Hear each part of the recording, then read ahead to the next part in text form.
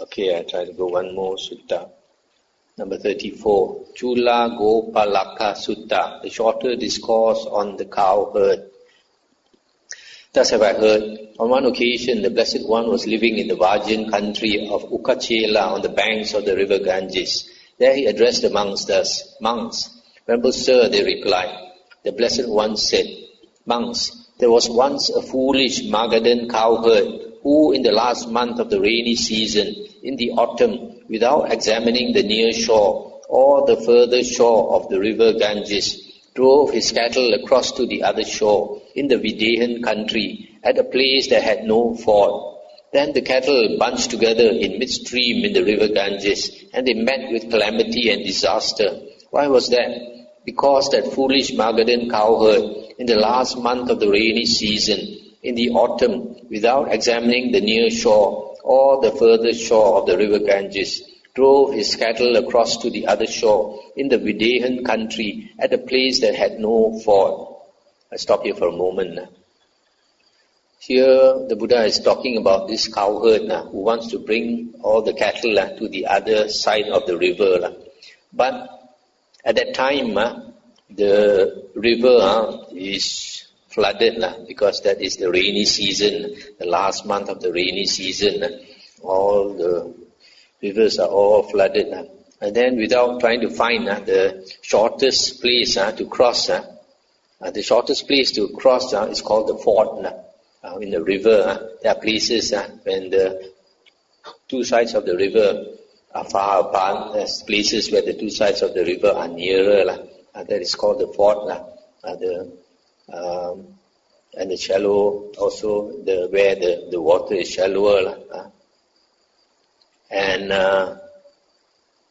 so instead of looking for the proper place and planning how to bring the cattle across, he just let them, just shoo them all into the river, and they all bunched together. When they go into deep water, just like human beings, when we go into deep water, if those people have difficulty, when they feel that they are drowning, they try to climb on each other. So the same with the cattle, when they bunch together, they're all trying to get on top of each other and all drown. So the Buddha continued, "So too monks, as to those recluses and Brahmins who are unskilled in this world and the other world, unskilled in Mara's realm and what is outside Mara's realm, unskilled in the realm of death and what is outside the realm of death, it will lead to the harm and suffering for a long time of those who think they should listen to them and place faith in them." So here in the similar way, the Buddha says, just like the stupid cattle herd, because the cattle trust him, so they all perish. So in the same way, if we place our faith in those monks who are unskilled in this world and the other world, that means unskilled in the Dhamma, and you listen to those monks, take them as your teacher, then that will lead to your harm and suffering for a long time. Monks, there was once a wise Magadhan cowherd who in the last month of the rainy season, in the autumn, after examining the near shore and the further shore of the river Ganges, drove his cattle across to the other shore in the Videhan country at a place that had a ford. He made the bulls, the fathers and leaders of the herd, enter first, and they breasted the stream of the Ganges and got safely across to the further shore. He made the strong cattle and the cattle to be tamed enter next, and they too breasted the stream of the Ganges and got safely across to the further shore. He made the heifers and the young oxen enter next, and they too breasted the stream of the Ganges and got safely across to the other shore. He made the calves and the feeble cattle enter next, and they too breasted the stream of the Ganges and got safely across to the further shore.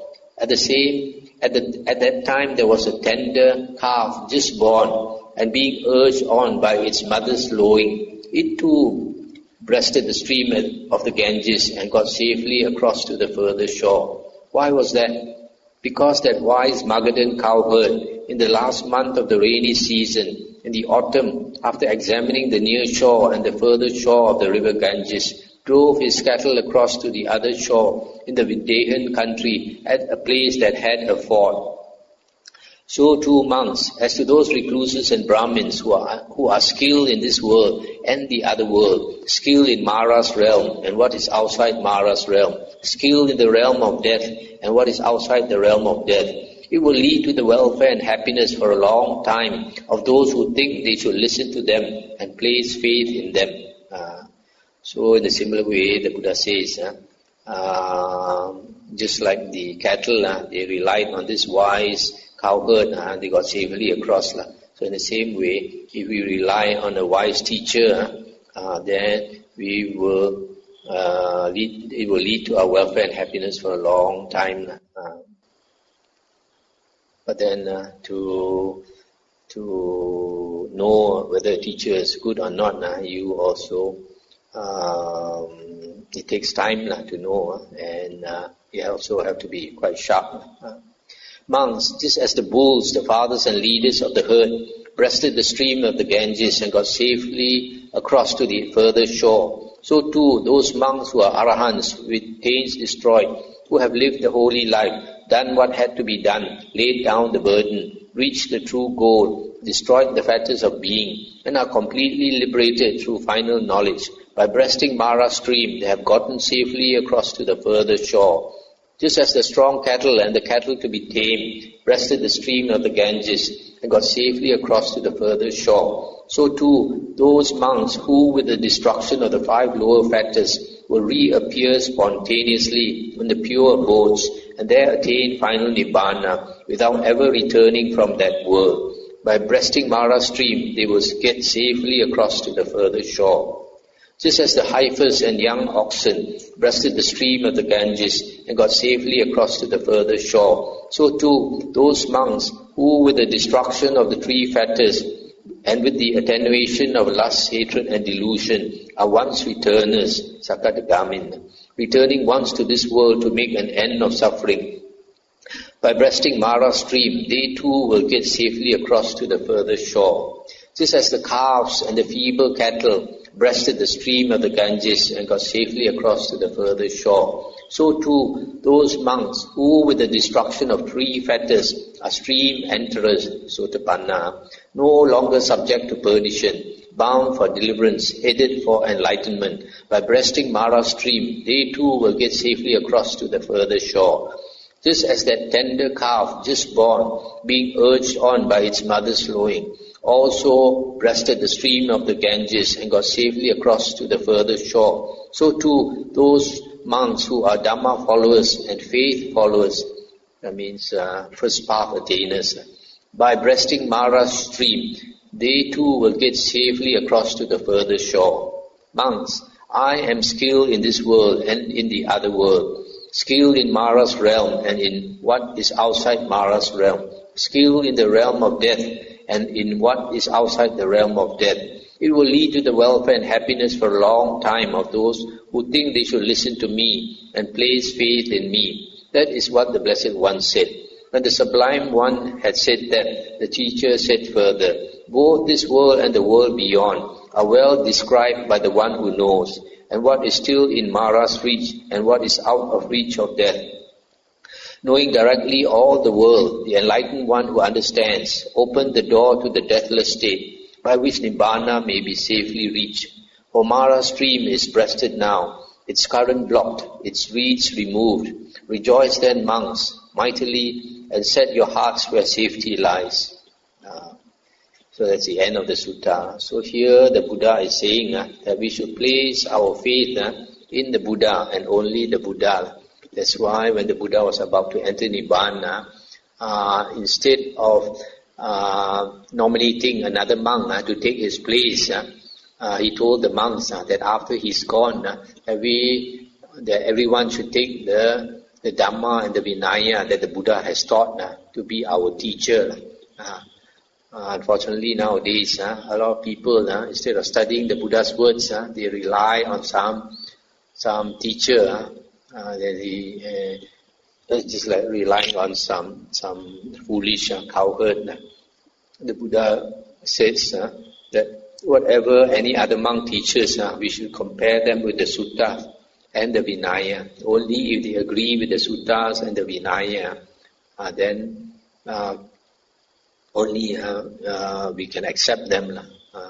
So the Buddha also said, be a lamb unto yourselves, be a refuge unto yourselves, with no other refuge. Take the Dhamma as a lamb, take the Dhamma as a refuge, with no other refuge.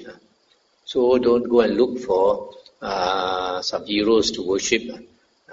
The best teacher in the world is the Buddha. And now that he has gone, the Buddha says his Dhamma and his Vinaya will be our teacher. So the Buddha said, always study the suttas. The Buddha gave a warning in Samyutta Nikaya 20.7, said that in the future, instead of listening to the Buddha's words, people want to listen to the words of later monks, disciples. Disciples refers to later monks, meaning later books. And these later books are either in Mahayana or Hinayana. Mahayana are the later sutras. Hinayana are the Abhidhamma, the commentaries, Visuddhimagga and all that.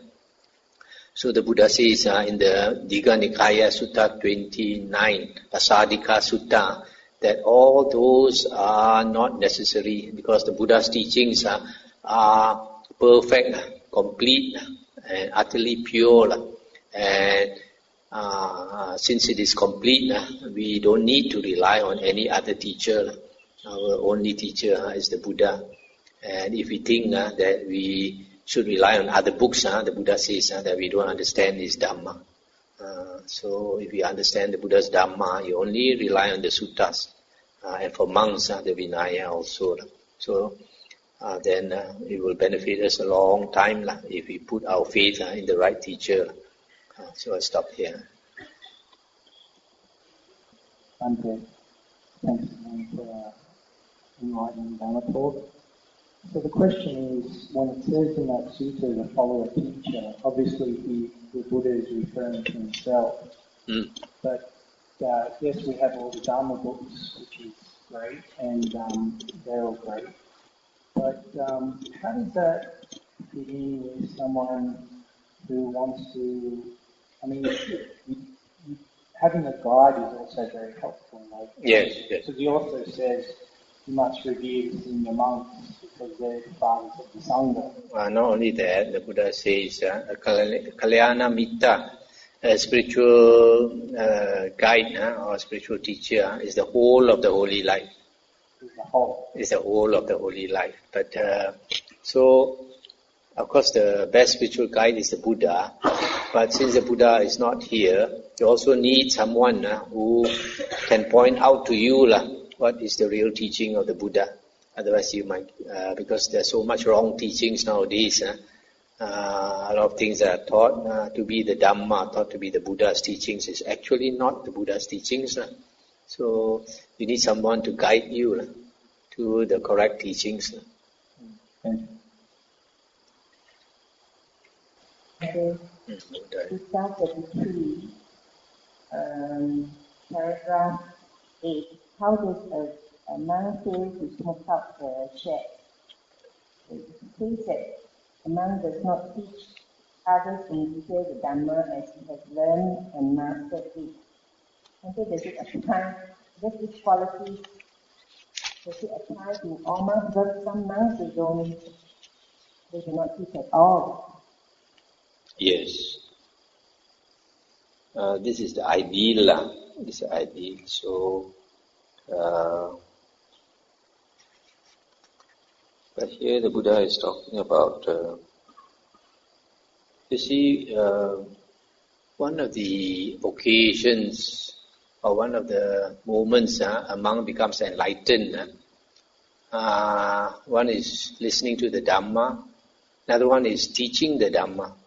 Another one is repeating the Dhamma. Another one is reflecting on the Dhamma. The fifth is during meditation.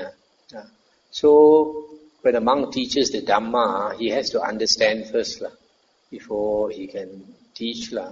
Also, when he is teaching the Dhamma, he has to consider the Dhamma, reflect on the Dhamma and then teach. So it benefits the monk who teaches also, and the people who listen also. So it is best if a monk knows the Dhamma to teach.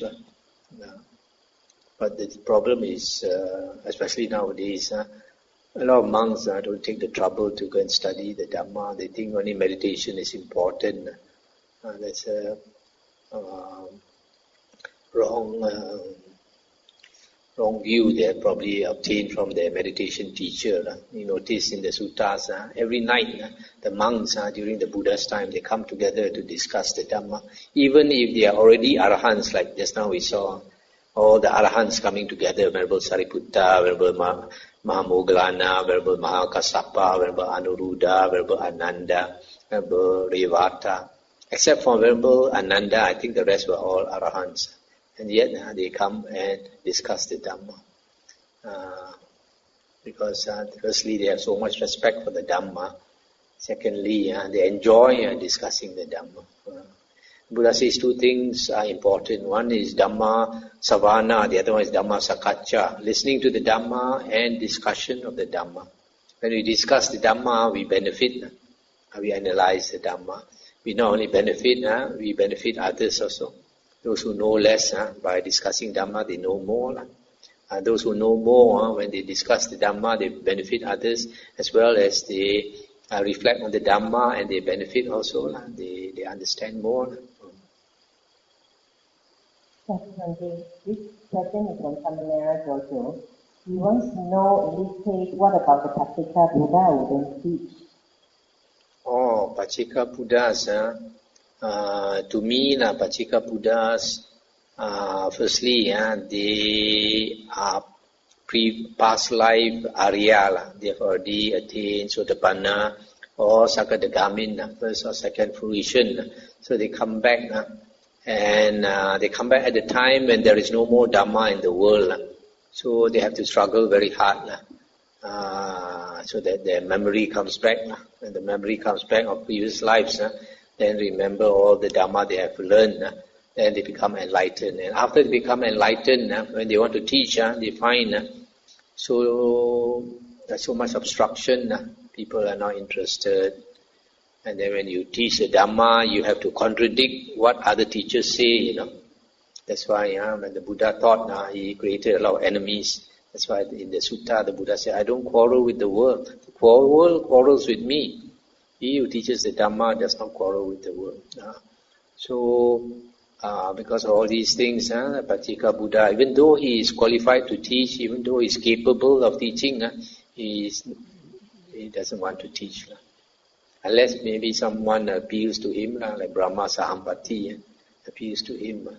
Otherwise, he's not interested to teach. So 99.99% of Buddhas are Pacceka Buddhas who refuse to teach.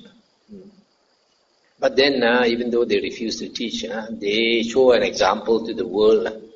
They show an example, just like we read that sutta about the three arahants practicing in the park, and then the devas shouted that they have become liberated.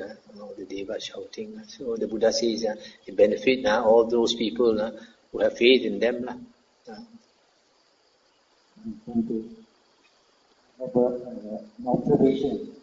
This Venerable Mahamoggallana, although he mentioned many places by others that got psychic powers, but for him he's humble and he won't want to use that. Yeah. So I think this is very strong for us. Yes, arahants.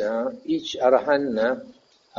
Firstly, all arahants are extremely humble. But then, even though they are humble, each person, we have our own character. So you find, for example, Venerable Ananda was very much a ladies' man. A lot of people like his company. Everybody likes to talk to him. And he's happy to talk to people. But Venerable Mahakassapa appears very rough in his speech.